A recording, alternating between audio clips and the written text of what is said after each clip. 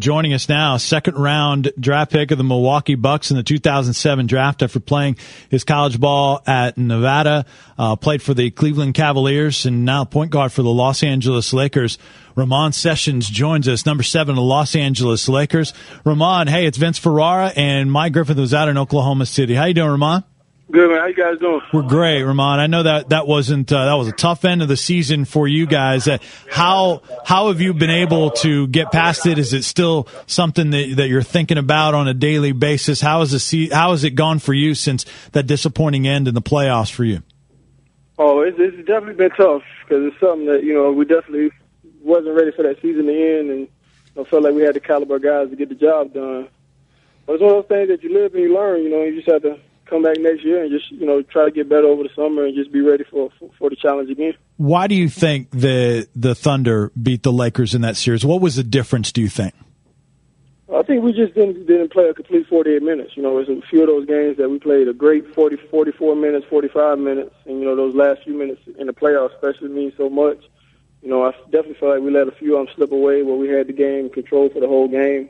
So I would say just completing the whole 48 minutes of the game, really. Griff? Before we get back to the playoffs, Ramon, I want to ask you, how does a guy from Myrtle Beach get out of SEC country and end up in Nevada? I've got to believe some of these SEC teams had to be aware of your skills. Yeah, it was one of those things. South Carolina and Clemson kind of looked at me a little bit, but they wasn't really looking at me to the point where I felt like I had a shot to really go there and do something and contribute to the team. And I got my test scores back late, so a lot of teams backed off then, and Nevada was one of those situations where they had a scholarship left, and I didn't really want to take the prep school route. Went out there on a visit, and one of the guys was from South Carolina, so it kind of helped out. They had just won the Sweet 16, had some guys coming back. It worked out real good for me. It was definitely probably the best choice I made going to college-wise. Yeah, I saw where you finished second in assists there in Nevada, and of course that's no slouch of a basketball program either. You see those guys a lot. Want to ask you, we got a local guy. Tobias Harris was a guy that played at Tennessee and was kind of a one and done, I guess, and he went to the Bucks. And I know that you started out with the Bucks, and I think you might have spent a year with Scott Skiles. Mm-hmm. And Tobias has kind of been in and out of the lineup, and it seems to be the word seems to be, so to speak, that Scott Skiles is tough on rookies and that it takes a little while to get into the system. What is that what the deal is with Skiles? Is he that kind of tough coach? And what do you think might be going on with Tobias? Because he's obviously a guy with a lot of talent. No, I mean, Coach Skiles was a great coach, and he's definitely a tough coach, but he's one of those coaches that, if you do what he says, at the end of the day, you're going to turn out looking real good. And he's real defensive-minded. I'm not really sure the situation that Tobias is in, but he's definitely in a situation where he's going to learn how to play the game, and if you do what coaches say, he'll be just fine because he has a lot of talent for sure. And obviously, Ramon, you're a guy with a lot of determination, not just going across the country from Carolina to Nevada, but after the Bucks, you spent a year in the D-League. For a lot of guys, they might, jump to Europe where they could be making a lot of money.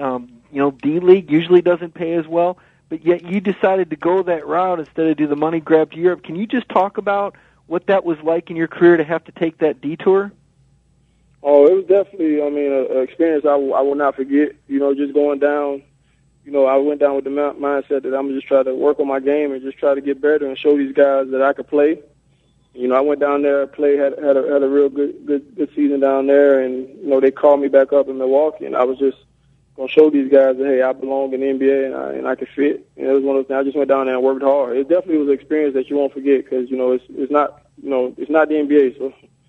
Well, yeah, I was going to say it's not Showtime, and I was going to ask you. I mean, here you are, this guy that's had these travels, the less glamorous road, and boom, all of a sudden in March you find yourself wearing a Lakers jersey playing with Kobe Bryant. I mean, were there days that you just kind of woke up and pinched yourself? No, it definitely was a situation like you said. I mean, the route I've been, the places I've been in my career, and just to end up in L.A. all of a sudden overnight, it was definitely a great experience, an experience I'll never forget. It was almost like a dream come true to be put in a situation where you're about to compete for a championship night in and night out. Yeah, and everybody pays attention, what the Lakers are doing. And what about playing with Kobe Bryant? He's that kind of guy, like Michael Jordan, I guess, LeBron James he's the kind of guy that 50, 100 years from now everybody's going to talk about Kobe Bryant. What's it like being a teammate of Kobe? At times he looks pretty demanding, and yet there's no question that he's an ultimate team guy too. Oh no, he's demanding, but the guy, he's so willing to win and do whatever it takes to win. You respect that, and off the court, he's a great guy, but on the court, hey, it's about getting the job done. He's the guy that's going to let you know how he feels. I mean, it's the reason why he's Kobe Bryant. He's one of the best players to play the game. It's a great experience to be out there with him, and just, sometimes just watching some of the stuff he does out there is words can't explain when you see what he does. Ramon Sessions. No question, Ramon. And when you guys lost Kobe for that spell, it was almost like the Lakers had to relearn themselves, and we talked about it a little bit before you came on the show when Vince asked me what I thought happened. I said, basketball's such a rhythm game and so choreographed, and of course, as the point guard, you quarterback that. Without Kobe, it's almost like you guys had to come up with a new game plan. How disruptive was it, and how hard was it to try and get back on track? I mean, you take Kobe out, you got to relearn how to win without him, and then you put him back in. It's kind of a tough transition, right? No, it definitely is for a point guard, I would say, just because, especially my situation coming in, shortened season, not much practice time, and then playing with Cole for a couple games, and then he's hurt for like 7 games. And then, you definitely learning a new way to play without him. And then when he comes back, it's a different style, but it's a style that we wanted to live by. And Kobe's that guy, and I don't think we just had enough time to adjust without that much practice time, and just not knowing, especially being a point guard, you got to know kind of everything that's going on, and a lot of stuff is still new to me till this day. So it's one of those things that definitely looking forward to, figuring everything out and getting the full season with him. Joined by Lakers point guard Ramon Sessions, number 7 of the Los Angeles Lakers, here on the new Sentinel sports page. Mike Griffith and Vince Ferrara. How tough was that condensed season, having the 4 or 5 games in 1 week? How difficult was that? Oh, it was different. It was definitely different. And, at times it got difficult the more the grind of the season. Because, like you said, we was playing 4 or 5 games a week in different cities and no practice time at all. So it was one of those things where you had to learn on the go. And it was a grind, but, it was a good grind for me, no injuries. I was injury-free, played all 66 games. So, but it was definitely a grind experience I'll never forget again, just being part of that lockout, that post-lockout. Ramon, before I let go. You hit what? I think 48% from 3, averaging 12 points, 6 assists. Solid numbers across the board, but something else a little different. In the postseason, when your team goes out, we saw it happen with C.J. Watson. For some reason, they always point to the point guard. What was that like? I mean, what a tough situation you had.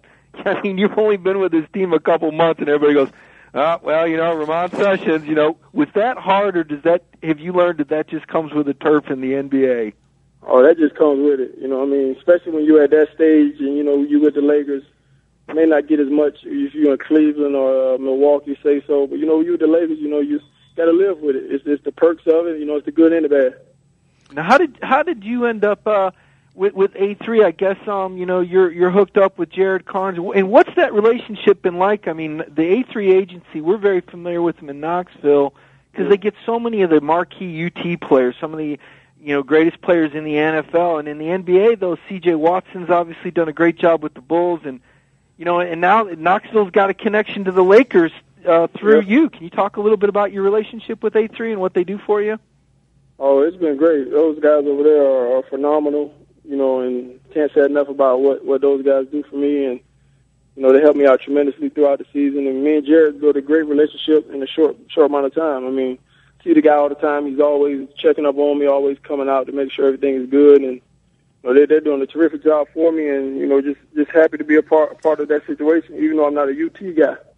I don't know. Jared's a pretty humble guy. Did he ever tell you that he's got a jersey in the rafters? And did he tell you he's kind of a local star in Knoxville? Did he ever let you know he played hoops too? No, I didn't know that. I'll be in Knoxville in a couple of weeks, so I'm gonna have to talk to him about that one. He left that behind. Ramon, you'll have to ask him about his jersey being retired. You get a kick. I guess you're coming in for the A3 golf outing then, right? Yeah, I'll be there in a couple of weeks. Were you here last year for that? Did you get to meet some of those UT football guys that were back, or CJ? Oh no, I signed with those guys kind of later in the summer. Okay. Joined by Ramon Sessions, Lakers point guard, here on the new Sentinel sports page. Ramon, what's your contract situation? Will you be back with the Lakers next year, or do you know?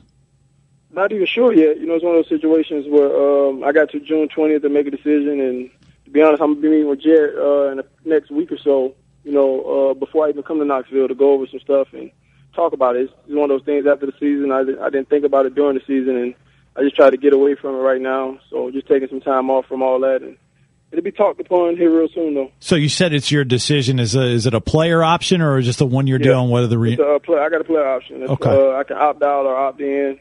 So I got a player option. I got to just make a decision by June 20th. A little bit. Vince, I'd say Ramon has a little bit more leverage than he did when he left Myrtle Beach or than when he was playing for Tulsa in the D League. I look at your track record.